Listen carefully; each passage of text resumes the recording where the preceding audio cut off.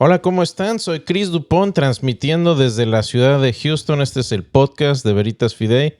Estoy con mi esposa, coanfitriona, coequipera, Mónica Franco. ¿Cómo estás, Moni? Hola, Chris. Siempre un honor estar aquí contigo. El honor es mío. Con ustedes, bienvenidos. Dios los bendiga. Gracias por acompañarnos. Hola, ¿cómo están? Y bueno, hoy estamos muy contentos de estar con ustedes. Estamos viendo una serie donde estamos viendo temas de cultura, temas que por lo general no se tocan en las iglesias, y estamos adentrándonos un poco a temas de política. Ya ves que, Moni, a veces dicen que en las cenas de Navidad o reuniones con la familia nunca debes hablar de religión o de política. Sí. Bueno, pues vamos a hablar de las dos hoy.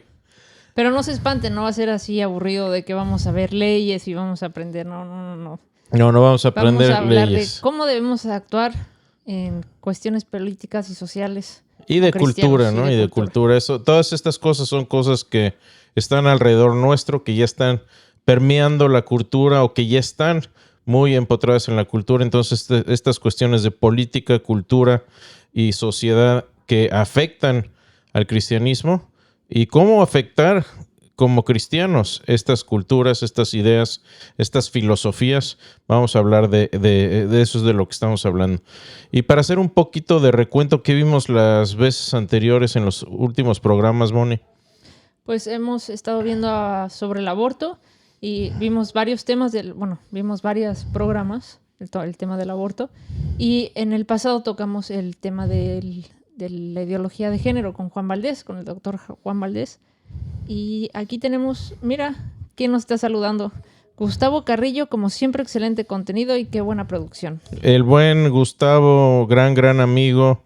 Él es el director internacional de Cross Examine, una gran organización hermana, y muy contento de estar leyéndote, hermano y amigo. Cris, Gonzalo López, buenas noches y bendiciones desde Buenos Aires. Hola, Gonzalo, gracias por acompañarnos desde el sur de América, desde la Argentina, hermana Argentina. Wanda Valenzuela dice muchas bendiciones, saludos de Ana Gloria y me confundí. Oren por República Dominicana, estamos de luto nacional. Y no supe qué pasó, por ahí sí nos pueden decir qué pasó en República Dominicana. No me he enterado, siendo muy honestos, de qué es lo que está pasando por ahí. Marco Antonio Díaz, saludos de Ana Gloria. Y Marco, bendiciones, gracias por acompañarnos. Compadrito, un abrazo a ti, a la comadre. Muchas gracias por estar con nosotros de nuevo. Les mandamos un gran abrazo. Jaciel Quiroga, saludos desde Querétaro, bendiciones. Uy, desde el terruño, desde Querétaro, un gran abrazo hasta Querétaro. Y podemos seguir con los saludos un poco más adelante, Chris, porque ya es la hora. ¿Qué te parece si comenzamos? Adelante. ¿Y qué vamos a ver hoy, Moni? Pues estamos hablando de política, pero hoy es un tema... yo lo trataría con mucha delicadeza, porque muchas personas lo toman como con mucho orgullo y no debe ser así. Claro. Vamos a hablar de una filosofía que se ha empotrado mucho en algunos gobiernos, incluso el gobierno de México con nuestro pasado presidente López Obrador. Él era muy partidario de este tipo de ideología y de filosofía. En algunos países también de Centro y Sudamérica han habido, sobre todo, incluso presidentes muy partidarios de estas ideas. Y la idea básica aquí le llaman la filosofía del buen vivir. Y bueno, los franceses tienen una palabra interesante para el buen vivir y le llaman la joie de vivre. La alegría de vivir. Pero esto no se refiere a alegría de vivir en el sentido epicúreo, en el sentido de vivir bien y comer bien y beber bien. No, se refiere a una forma de vida que mucha gente piensa que nuestros países latinoamericanos deben adoptar. Y este es un movimiento no solo político, sino también sociocultural que llama la atención a mucha gente. Y esta idea se deriva de la idea de que las culturas indígenas ancestrales vivían bien, y de ahí, de hecho, tienen una palabra específica que se llama Sumac Kawasai. Sumac Kawasai, y es el buen vivir. Y la propuesta, como la proponen algunos, es esto. Dicen que la cultura, que es una construcción cultural de la sobriedad y la armonía con dignidad que permita la vida y la abundancia para todos y erija la paz con base en la justicia. Y desde el punto de vista ético, postula que debemos de vivir en armonía con el prójimo y con la madre naturaleza. Y por ahí voy a dejar las citas, pero esto es de un libro de un ideólogo que se llama Francisco Márquez, y escribió artículos, estudió un libro acerca de valores y culturas ancestrales del buen vivir. Entonces, la idea básica es que en Latinoamérica debemos de volver a nuestras culturas y a nuestras raíces, desechar la influencia española, ¿sí? Y tal vez, Moni, debimos haber hablado de esto más bien un 12 de octubre, una cosa así, que es donde salen estos temas. Pero la idea básica es que lo occidental, malo, hay que rechazarlo y hay que volver a nuestras raíces indígenas, humildes, porque así porque nuestros antepasados indígenas vivían bien, ¿sí? Y obviamente quiero tratar esto con mucho respeto, porque no quiero que se me malinterprete, porque ya veo venir las críticas, Moni, de que nos digan, ¿sabes qué? Cris, estás defendiendo a los españoles y las atrocidades que hicieron, y a los indígenas los estás menospreciando. Eso no es lo que estamos haciendo. Lo que estamos haciendo aquí es analizando una idea filosófica que dice que debemos de volver a esos valores ancestrales latinoamericanos indígenas, porque se vivía bien en ese entonces. Y yo no voy a no vamos a dudar, no vamos a poner en duda, Moni, que en nuestros países latinos hay una gran crisis de valores, y mucha gente está desilusionada con los gobiernos, sobre todo con el capitalismo. ¿Por qué? Porque desde 1980 hasta un estudio que se hizo hasta el 2016, sabemos que el 1% de la población más rica del mundo ganó el 27% de la riqueza mundial. Fíjate, el 1% de la población capturó el 27% de la riqueza mundial. En contraste, el 50% de la población más pobre capturó solo el 12% de la riqueza. Y en nuestros países latinos, los indígenas han sufrido muchísimo, han sufrido discriminación, desarraigo de sus tierras, muchas injusticias. Y obviamente estamos en contra de todo esto. Estamos en contra de cualquier forma de discriminación contra cualquier grupo étnico, cualquier etnia. Entonces, tantos años de sufrimiento por parte de estos grupos en América Latina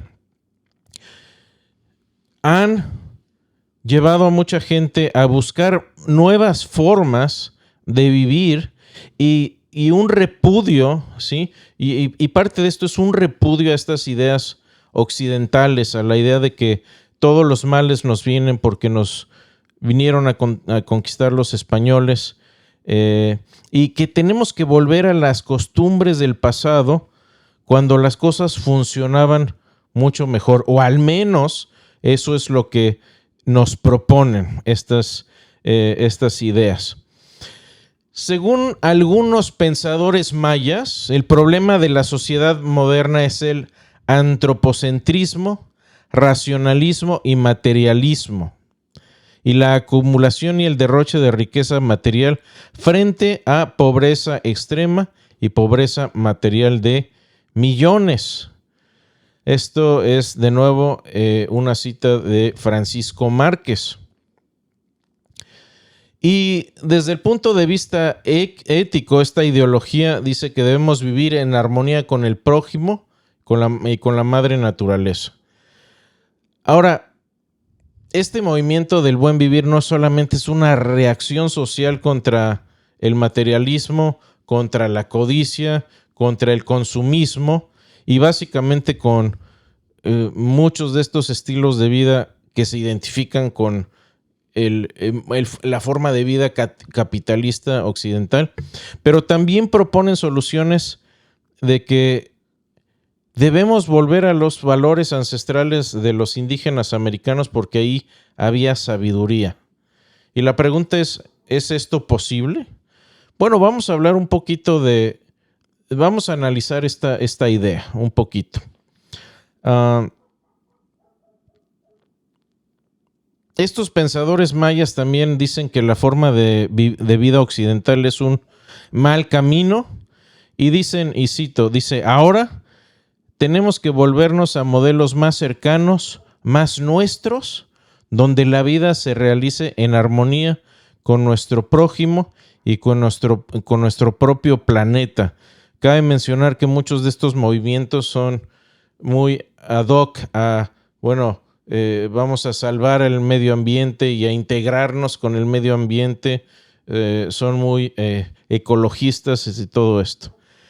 Y yo creo que es difícil que estemos en desacuerdo, que hay muchos problemas en nuestros países, desde luego.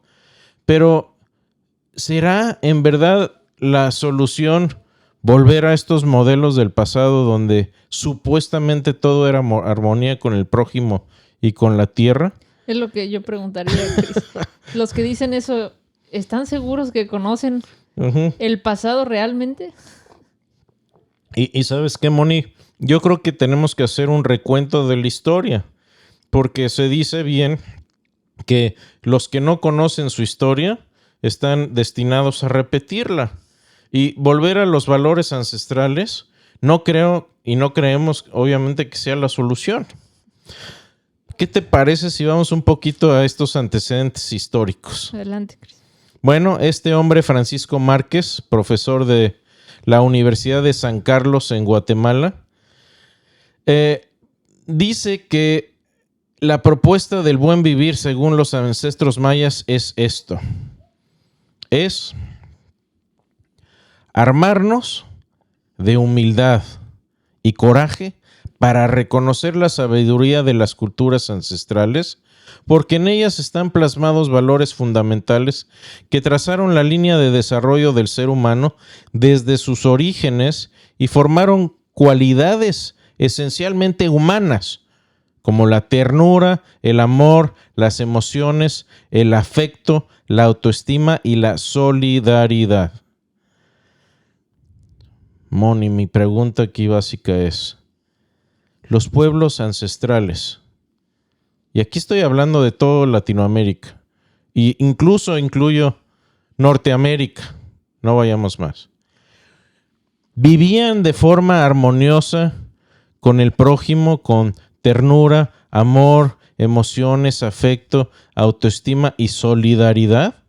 Esa sería la pregunta básica, porque eso es lo que postula la filosofía del buen vivir. Y de nuevo, hasta presidentes están metidos en estas ideas de que debemos de volver. Ahora, esto no es un dictamen en contra de las cosas buenas que tienen nuestras culturas ancestrales. Muchas cosas buenas tienen. Los mayas eran matemáticos, eran expertos en astronomía, avanzados en medicina, pero también tenían un lado oscuro y creo que seríamos muy ingenuos en hacer un lado todo esto y enfocarnos nada más en las virtudes, porque en realidad vamos a ver que esto de que vivían con ternura, amor y afecto y solidaridad es muy cuestionable.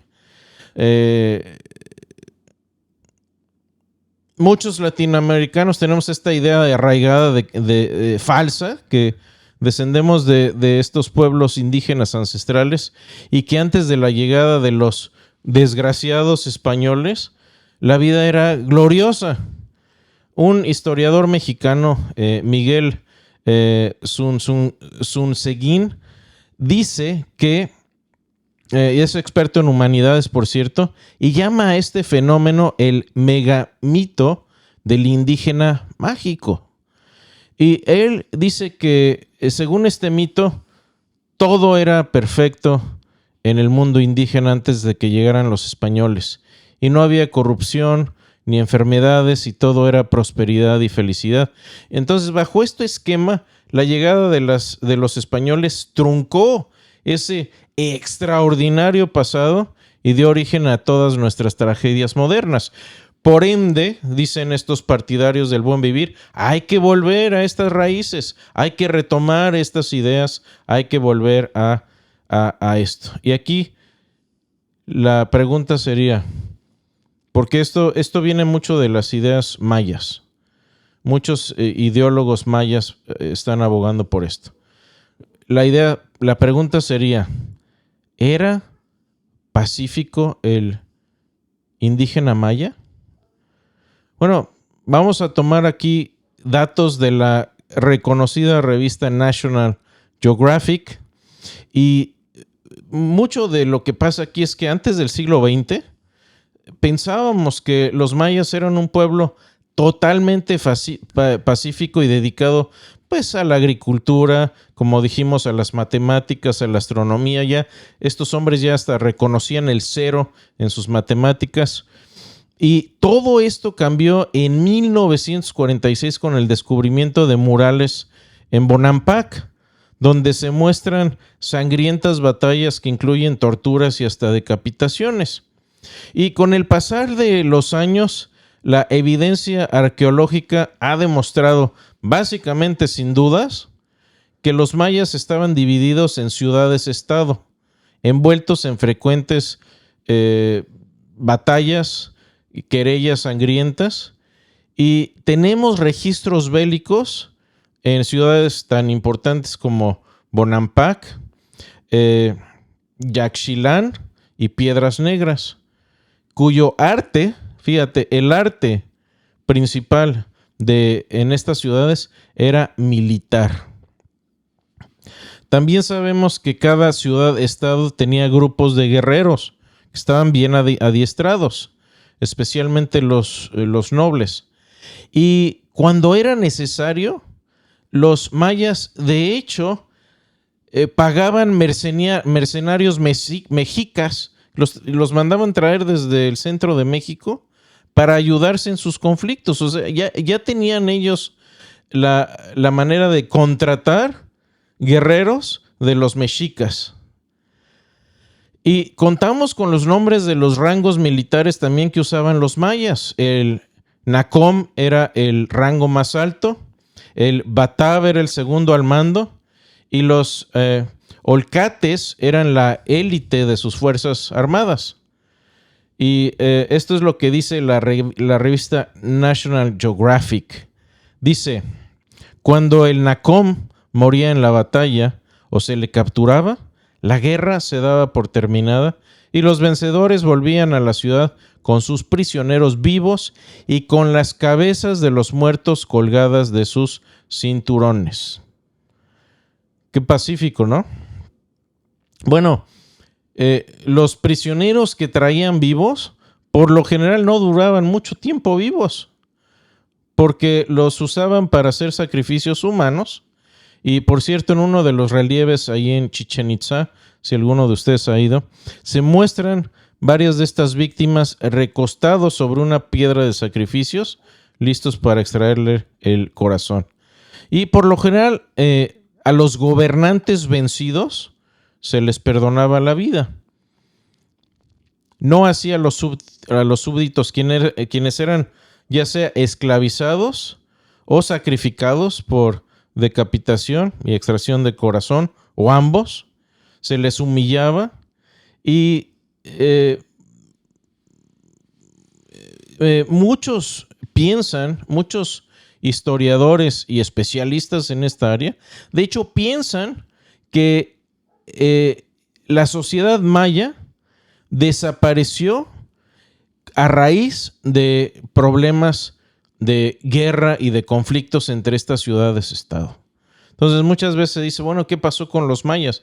Bueno, los mayas allí están y ahí quedaron, pero nunca se unieron, quedaron siempre divididos. Entonces mi pregunta aquí sería, si estos valores ancestrales eran basados en el amor, la comprensión, la ternura, la cooperación, ¿por qué entonces, a diferencia de los incas y los aztecas, nunca pudieron unificarse y vivir de manera armoniosa en un solo estado?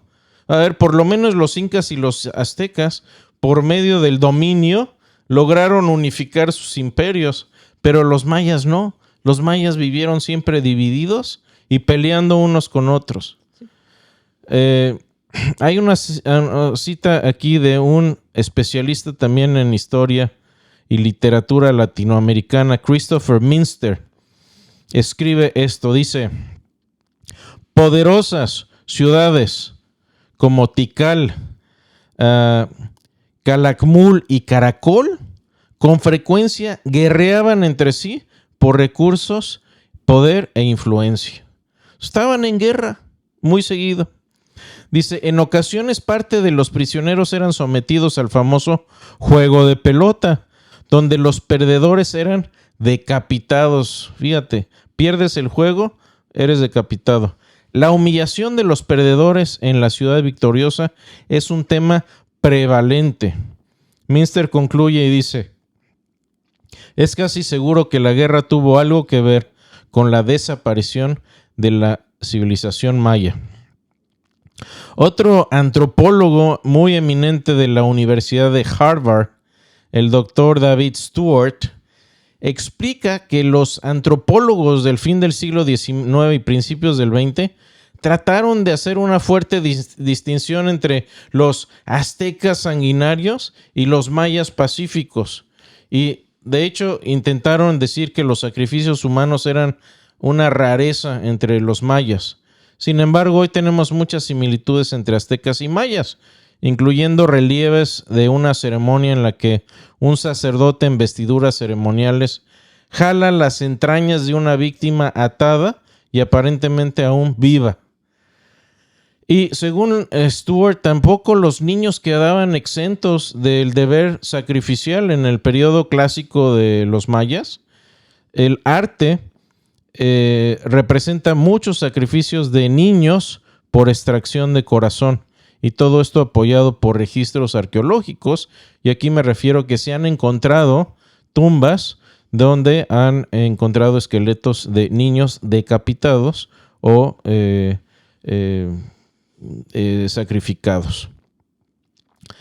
En la revista de antropología de la Universidad del Este de Ontario, el doctor Hope Cron concluye que en la zona de Belice los mayas practicaban el sacrificio humano de 3 formas: descarnación de esqueletos, desarticulación y decapitación. Y no voy a meterme a describir cada una de estas. Creo que la que queda más obvia es la decapitación. La mutilación y perforación de genitales, lenguas y otras partes del cuerpo eran cosa común, dice el doctor Cron. Así que la humillación, la esclavitud, el sacrificio de hombres, mujeres y niños, el derramamiento de sangre, la muerte y la guerra no eran prácticas exclusivas de los mayas ni de los aztecas. Esto fue una práctica general en Norte, Centro y Sudamérica. Así que la imagen que nos surge de los registros históricos y la evidencia arqueológica dista mucho de ser el jardín del Edén americano donde todo era amor, armonía y perfección moral, muy, muy lejos. De hecho, hay un libro aquí. Déjame sacar este librito, si me permiten, de Alan Hood. Este libro es muy interesante. No lo he terminado de leer, obviamente tengo por ahí notas. George Franklin Feldman hizo un análisis del canibalismo, cazadores de cabezas y sacrificios humanos en Norteamérica. Fíjate, esto es de Norteamérica. Estamos hablando de indígenas en el norte de América. No vayamos más obviamente está bien documentado. Obviamente los más sanguinarios eran los aztecas, sin duda. Así que cuando, Moni, yo oigo esto de volver a estas ideas ancestrales donde dicen que todos vivían con ternura, amor, afecto y solidaridad, no me cuadra con la historia. Simplemente no me cuadra con la historia. Entonces, bueno, ya señalamos que esta filosofía simplemente no va a funcionar, porque si queremos volver a los valores ancestrales, pues, yo no sé ustedes, pero yo no quiero volver a los sacrificios humanos, yo no quiero volver a las decapitaciones, a estar en ciudades, guerreando unos con otros. Yo no quiero vivir así. Donde sacrifican niños, donde les arrancan el corazón. Sí, exactamente. Yo no quisiera volver ahí, y eso es lo que habla este hombre del megamito del indígena mágico. Ahora, de nuevo, esto no es para ofender a nadie. Estamos siendo muy realistas con lo que sucedía en nuestras culturas, y obviamente tenían cosas maravillosas también.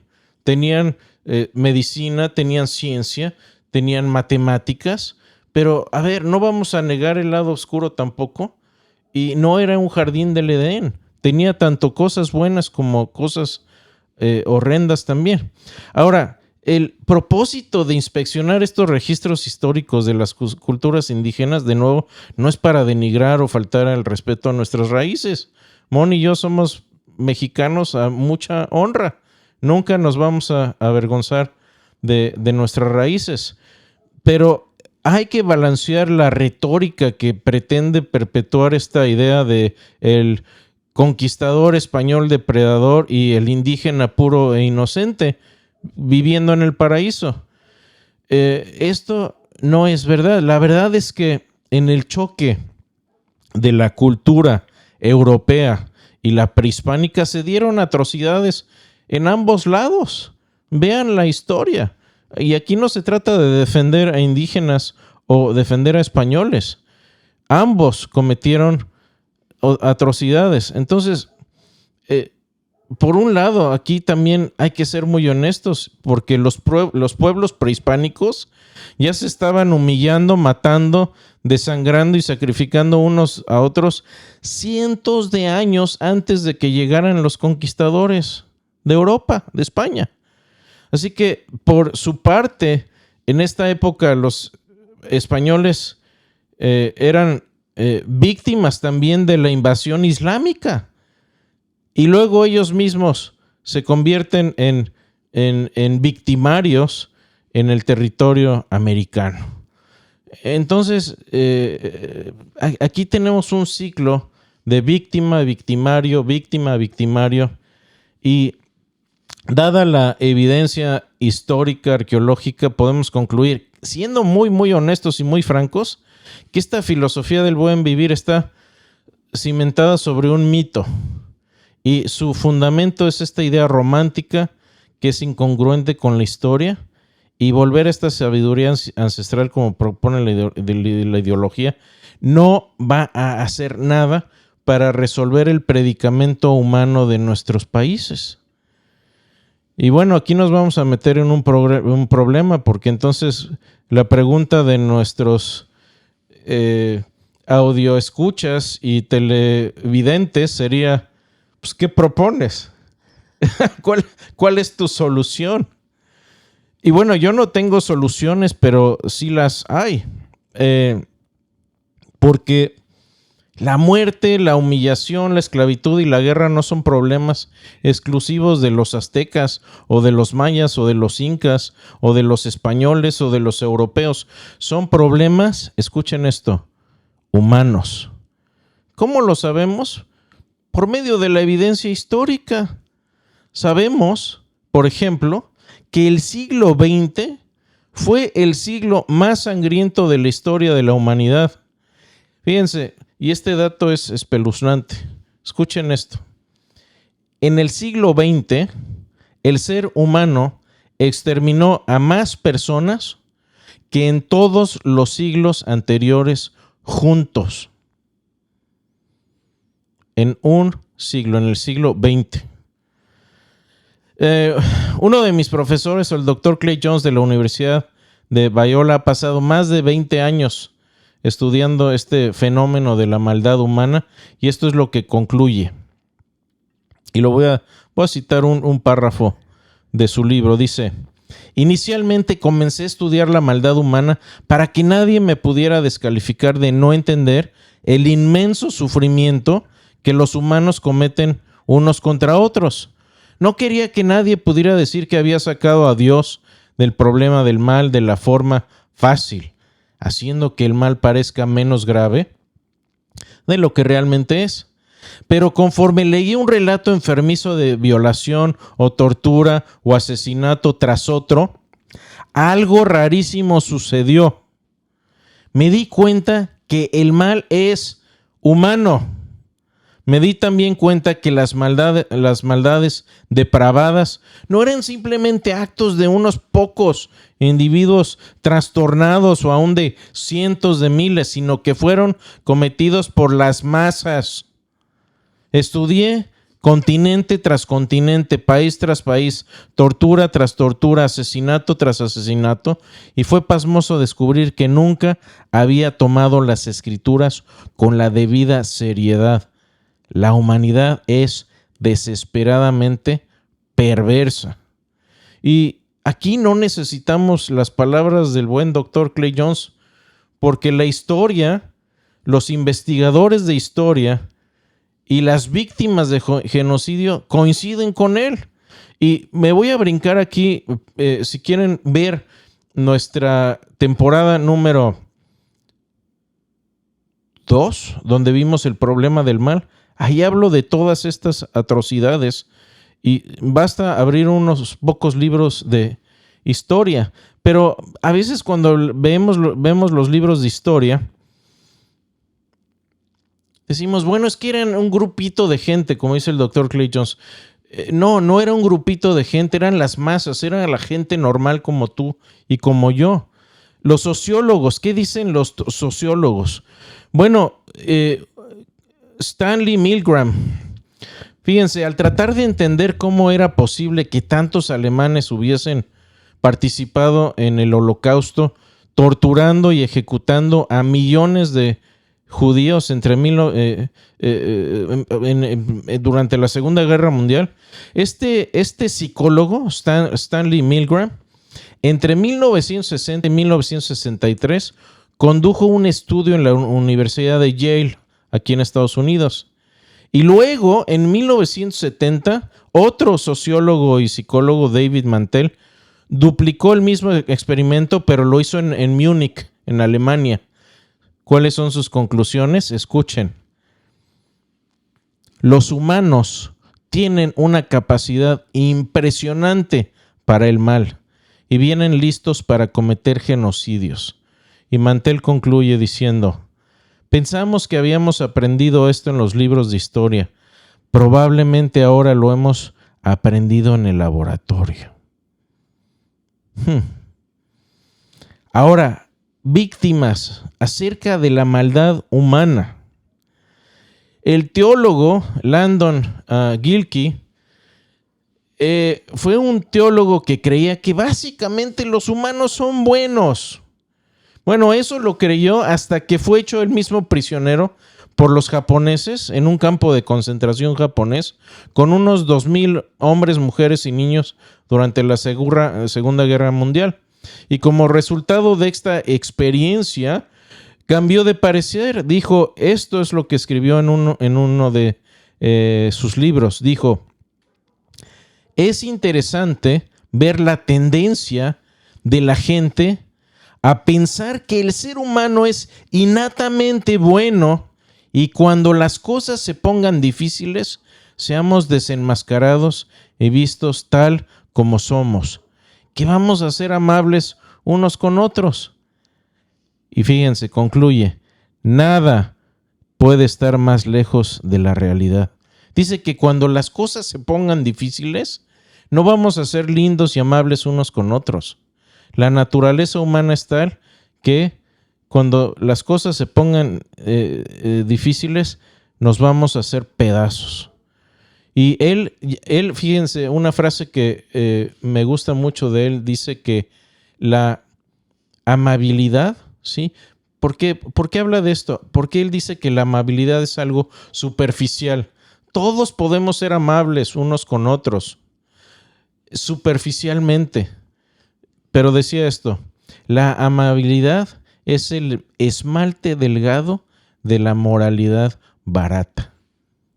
Tremendo, tremendo esto.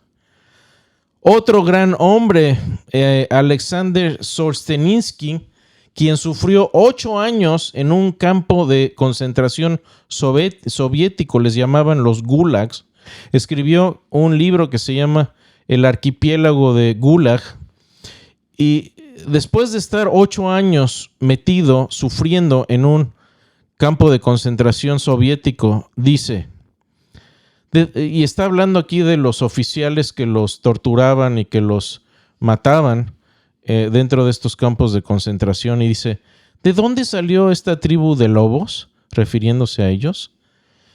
¿De entre nuestra gente? ¿En verdad vienen de nuestras raíces? ¿Nuestra sangre? Sí, es nuestra. Y para que no vayamos por ahí ostentando orgullosamente el manto blanco del justo, que cada uno se pregunte, si mi vida hubiese tomado un rumbo distinto, ¿no habría yo sido como tales verdugos? Es una terrible pregunta si uno la contesta con honestidad.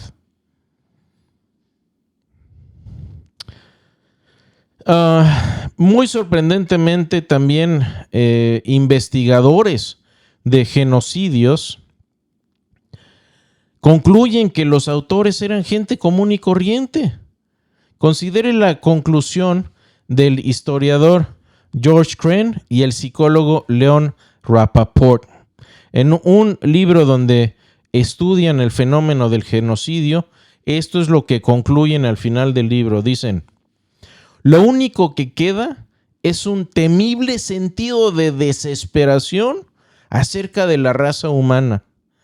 ¿Cómo es posible encontrarle significado afirmativo a la vida si los seres humanos pueden hacer tales cosas? Junto con la desesperación puede venir también un sentimiento de vulnerabilidad aunado al hecho de que uno mismo es humano. Si uno estudia el Holocausto lo suficiente, tarde o temprano la verdad viene a salir a flote. Uno sabe finalmente que uno sería ya sea el victimario o la víctima.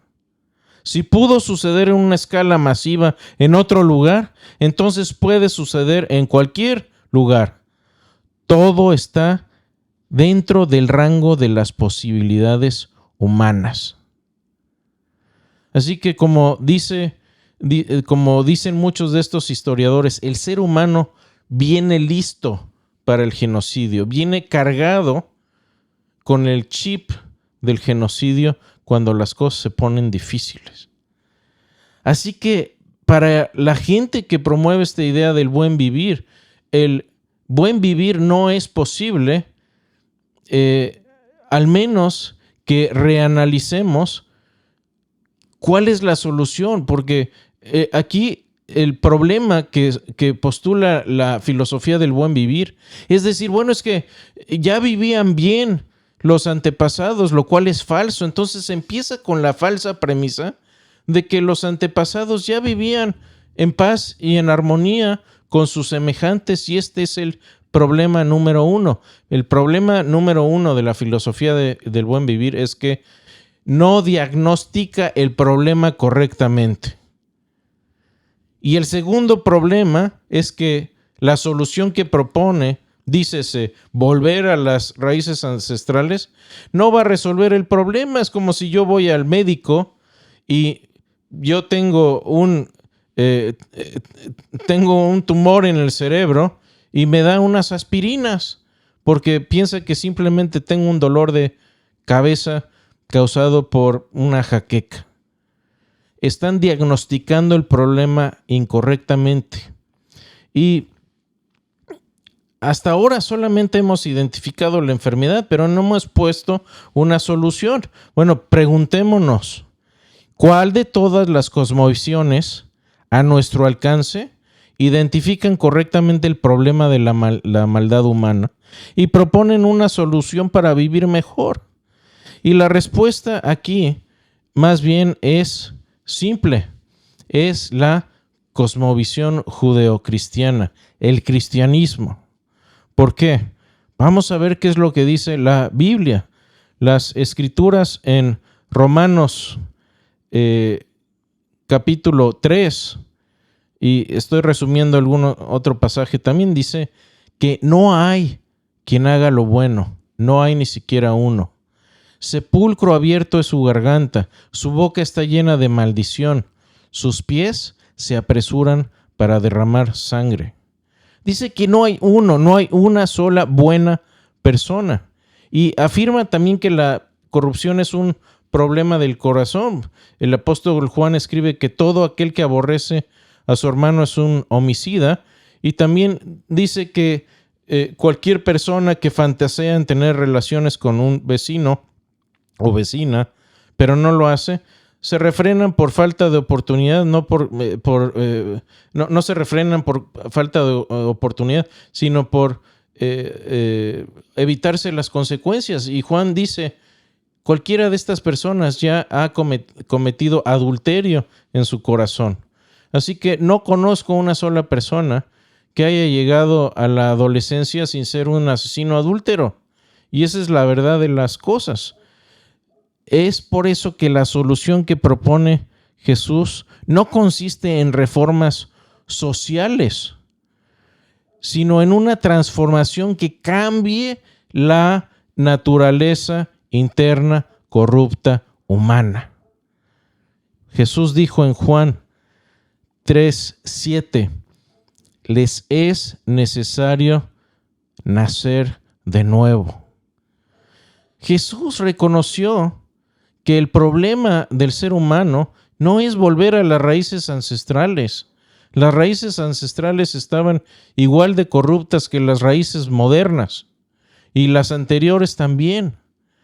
El problema del ser humano es que necesitamos un nuevo nacimiento, una nueva naturaleza. Es una invitación para todos, judíos, mayas, aztecas, españoles, peruanos, mexicanos, todas las naciones. Pero también es una invitación a la unificación de la humanidad. Por eso Pablo escribe en Gálatas 3, una vez que este nuevo nacimiento ya sucede, dice el apóstol Pablo, ya no hay entonces judío, ni griego, ni esclavo, ni libre, ni hombre, ni mujer, porque todos son uno en Cristo. Ahí sí es entonces donde reinará el amor, la tolerancia, la paciencia, la ternura que tanto anhelan estos filósofos.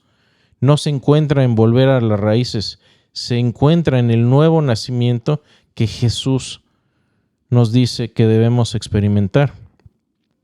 Este nuevo nacimiento da origen a una nueva vida y constituye el verdadero buen vivir. Esa es la raíz principal del buen vivir. Una vida eterna. Jesús no solo vino a darnos una vida mejor aquí y ahora. Y esto no significa que uno va a nacer de nuevo y todos tus problemas se van a resolver. Claro que no. El mismo Jesús dijo, en este mundo van a tener aflicción, pero no tengan miedo, yo ya he vencido al mundo. Está hablando de algo espiritual, de una transformación interna, y esto es porque el ser humano está condenado a muerte, pero Jesús ofrece una vida abundante y una vida eterna, una restauración completa del ser humano, de la naturaleza humana, y eso es lo que dice aquí cuando resucita a su amigo Lázaro en Juan 11:25, dice Jesús hablando, yo soy la resurrección y la vida. El que cree en mí, aunque esté muerto, vivirá. Y todo aquel que vive y cree en mí, no morirá eternamente. Mi pregunta para ustedes es, ¿no quieres tú esto? ¿No quisieras vivir eternamente? ¿No quisieras liberarte de el miedo a la muerte? Que es algo con lo que yo batallé muchos años, sobre todo de joven, de niño. Y algunos que tal vez vean el programa de hoy, Moni, nos puedan decir, bueno, pues es que esto suena a propaganda religiosa. Ustedes ofrecen a Jesús, pero pues los mormones tienen sus propias ideas, y los incas tenían sus propias religiones, y los aztecas tenían su propia religión. Bueno, ¿cómo sabemos que estas palabras de Jesús son verdaderas? Que de hecho vimos todo en la temporada 4. Adelante, Moni, dinos qué fue lo que vimos ahí. No, pues analizamos todas las cosmovisiones, la musulmana, los testigos de Jehová, etcétera, etcétera, etcétera. ¿Y por qué somos cristianos, Cris? Empezamos desde el primer capítulo de nuestro podcast. ¿Qué es el relativismo? ¿Existe la verdad o no? Para empezar, si existe la verdad o no, es lo primero que tenemos que saber. Y si existe la verdad, entonces, ¿qué es la verdad? Uh-huh. Entonces, analizando cada una de estas cosmovisiones y analizando la cristiana, podemos ver que todo lo que dijo Jesús fue real cuando Él resucitó.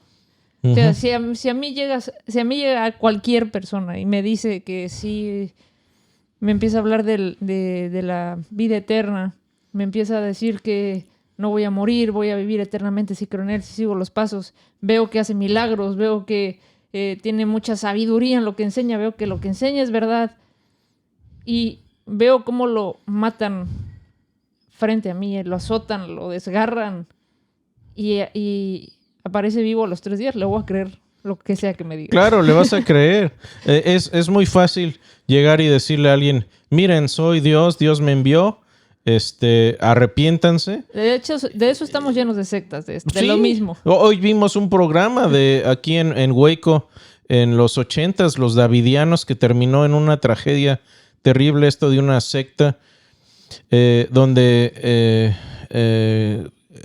¿cómo se llamaba este hombre? No me acuerdo bien. Básicamente se dijo que iba a reencarnar en la forma de Jesucristo. Sí, que era Jesús y que Dios le hablaba todo el día. Sí, y engañó a un montón de gente y convenientemente los convenció de que tenían que repoblar el mundo, y a todos los hombres que estaban casados ahí les disolvió sus matrimonios, y a sus esposas las hizo sus esposas, y terminó con más de 2 docenas de hijos de diferentes mujeres. El FBI y el gobierno se dieron cuenta de que estaban acumulando armas, y básicamente terminó en la muerte de unas 70 personas ahí. Cualquiera puede decir que es Jesús. El problema aquí es que no lo demuestran. Jesús lo demostró. Cuando Jesús viene y habla en nombre de Dios, y después resucita, esa resurrección es el sello de aprobación de Dios, donde Dios dice, Jesús dijo la verdad, dijo que iba a resucitar y el Padre lo resucita. Que toda la temporada 1 nos dedicamos a ver las evidencias de la resurrección. Sí. Así que si alguien tiene duda de la resurrección, vean la temporada 1 del podcast, porque ahí es donde fundamentamos la resurrección de Jesús de manera histórica. Ahora, por eso creemos estas palabras. Cuando Jesús dice, yo soy la resurrección y la vida, el que cree en mí, aunque esté muerto, vivirá, y todo aquel que vive y cree en mí no morirá, se lo creo, porque lo demostró. Entonces, esto no es propaganda religiosa, es una verdad histórica. Esto se puede verificar y se puede verificar de manera experiencial también. Dale tu vida a Jesús, pídele que se manifieste en tu vida, entrégale todo tu corazón y Él va a actuar en tu vida. Así que podemos quedarnos tranquilos de que el verdadero buen vivir viene a través de la transformación de nuestro corazón por medio de entregarle nuestra vida a Jesús y por medio de ese nuevo nacimiento. Os es necesario nacer de nuevo. Ese es el único buen vivir que necesitamos y es la clave para vivir bien aquí y para vivir bien eternamente. Juan 14, 19, Jesús hablando dice también, porque yo vivo, vosotros también viviréis. Porque yo vivo, ustedes también vivirán. Ese es el verdadero buen vivir. No volver a nuestras culturas ancestrales, porque no tienen la solución. Cristo tiene la solución. Así es, Cris. En conclusión, esas políticas, esas ideologías que te dicen, estábamos bien hasta que, a mí me levantan dos banderas rojas. Una, eres un ignorante de la historia. Sí. O quieres hacerte el ignorante y nada más ver lo que te conviene. Y dos, eres un cobarde. Porque quienes no aceptan, que todos somos malos por naturaleza humana, son cobardes. Sí. No porque no mates y no robes y ya eres bueno, no. Y no porque vuelvas a nacer, ya eres bueno, no. Claro. Ahí empieza la vida difícil, la vida cristiana, en donde estás pasando por los momentos más difíciles y no te vences, te sigues en oración, sigues tratando de comportarte en contra de tus instintos, porque tus instintos son los que te llevan a la venganza, a actuar mal. Y eso es el refrenarte, el estar consciente de que volviste a nacer, de que quieres seguir a Cristo realmente. Eso es lo difícil, el ocuparse de uno mismo. Y Jesús mismo dice, pues esto no va a ser fácil. El que quiera seguirme, tome su cruz y sígame. No dijo, vengan y todo se les va a arreglar. Sí. Pero también dijo que su carga es ligera y su yugo es llevable. Entonces, de nuevo, no estamos denigrando ninguna cultura ni nada, simplemente estamos dándole una buena dosis de realidad a la condición humana, que es desesperadamente corrupta por donde la veas, y la cultura y el origen de la cultura de donde la quieras ver. Inca, azteca, maya, americana, mexicana, la actual, la futura. Sí. Necesitas nacer de nuevo. Muchas gracias, Cris. Pues ayúdame a ver qué preguntas hay. Todavía tenemos unos minutos para saludar y para ver preguntas. De hecho, aquí está mi mamá, Mónica Kutolenko. Hola, Moni Cris. Mami. Hola, Moni, ¿cómo estás? Bienvenida. Mario Huesca, en nuestras oraciones siempre. Gracias, muy amable. María Nicolasa Ramos de nuevo está con nosotros, gracias. María dice, buenas noches, Dios continúe bendiciendo grandemente. Gracias por estos temas de escudriñar las Sagradas Escrituras. Amén. Y desde Colombia, saludos. Saludos de regreso, María, hasta Colombia. También Madeleine Rieder, tu mami. Hola, buenas mamita. tardes. Un tema muy interesante y profundo. Muchas gracias por compartir con nosotros todos sus conocimientos. Los amo. Dios los bendice. Gracias, mamita. Un abrazo muy grande. Pablo H. Hernández, el enemigo de enemigo es mi amigo. Bueno, estaba yo creo que comentando, no es una pregunta. Uh-huh. María también dice, hay que examinarlo todo y retener lo bueno, correcto. 1 Tesalonicenses 5:21, muy de acuerdo. Dice, hay muchas cosas de nuestros ancestros que se pueden rescatar. También, de acuerdo, y lo dijimos, sí, no estamos en contra de la cultura per se. Estamos en contra de la hipótesis de la filosofía del buen vivir, no en contra de los ancestros per se. Dice, pero lo de las culturas actuales son muy pocas cosas de moral y verdadero amor que se podrían rescatar. Sí, desde luego. Moralmente eran tan corruptos como nosotros. ¿Por qué? De nuevo, porque el problema no es cultural, el problema es humano.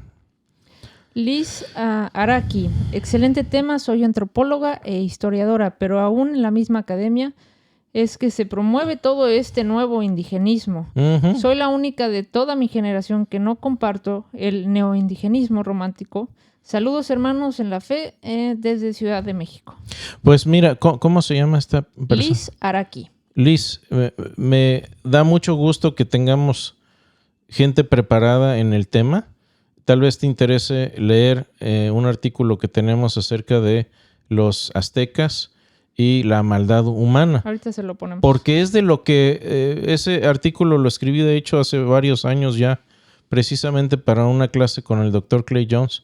Y es esta misma idea que muchos antropólogos, incluso mexicanos, hasta que llegó David Carrasco y echó por la borda muchas de estas ideas románticas, que pensaban que los españoles habían inventado mucho de esto para justificar su conquista de la Nueva España, y no es cierto. Es los documentos que tienen, sí, hay que tomarlos con un grano de sal en cuanto a que pueden haber sido exagerados, etcétera, pero es muy difícil pasarlos, estos escritos, por el paño de la historia y de la historiografía y decir todos se lo inventaron. Sí. Porque tienes gente como Bernardino de Sahagún que llegaron también a evangelizar a los mexicanos y escriben de todo lo que vieron. Entonces, y ya cuando encuentras la evidencia arqueológica y encuentras los cuerpos con decapitaciones y niños y todo eso, ya no hay mucho para dónde hacerse. Así que me da mucho gusto tener y le vamos a poner antropólogas aquí también siguiéndonos. Aquí tenemos a JG dándonos besos en la tele. JG Piquis, hola. Saludos, hola JG.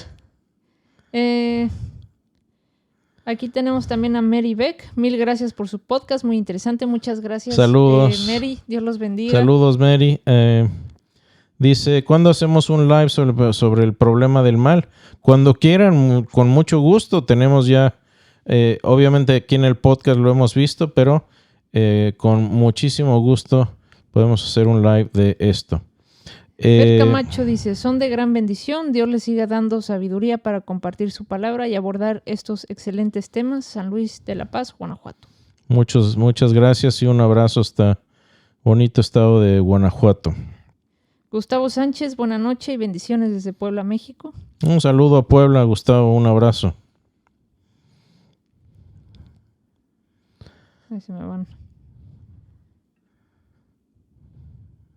Cristian, buenas noches. ¿Estará dictando algún curso online? Bueno, pues hay muchos grabados en la página. Hay muchos cursos que tenemos grabados. Yo recomiendo mucho el curso de tácticas, viene muy completo. También hay uno completo de historia de la iglesia que cubre hasta el siglo VI de historia de la iglesia, muy detallado. Antiguo Testamento, problema del mal. Hay muchos cursos. No tengo ahorita plan de hacer un curso en línea, pero con gusto aquí estamos todos los martes haciendo también este podcast.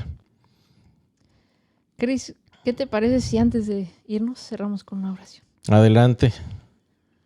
Señor bendito, gracias porque nos has dado una buena manera de vivir. Nos has dejado un manual que se llama la Biblia en nuestras manos para poder saber cómo vivir bien y sobre todo entender que la forma de vivir bien y de vivir eternamente es nacer de nuevo y entregarnos nuestra vida. Te pedimos que cada persona que esté viendo este material, que no lo haya hecho, que lo haga, que le entregue su vida a ti. Y gracias por permitirnos el privilegio de ser tus hijos, un privilegio inmerecido, y ayúdanos como aquel mendigo que encuentra pan y que quiere compartirlo con los demás, a compartir de tu palabra que es el pan de vida. Te amamos, Señor, en nombre de Jesús. Amén. Amén. Gracias, Moni. Gracias por producir, por todo tu trabajo. Y gracias a ustedes por acompañarnos desde sus hogares, sus autos, sus lugares de trabajo, en donde quiera que estén. Muchas gracias y hasta la próxima. Gracias, hasta luego. Dios los bendice.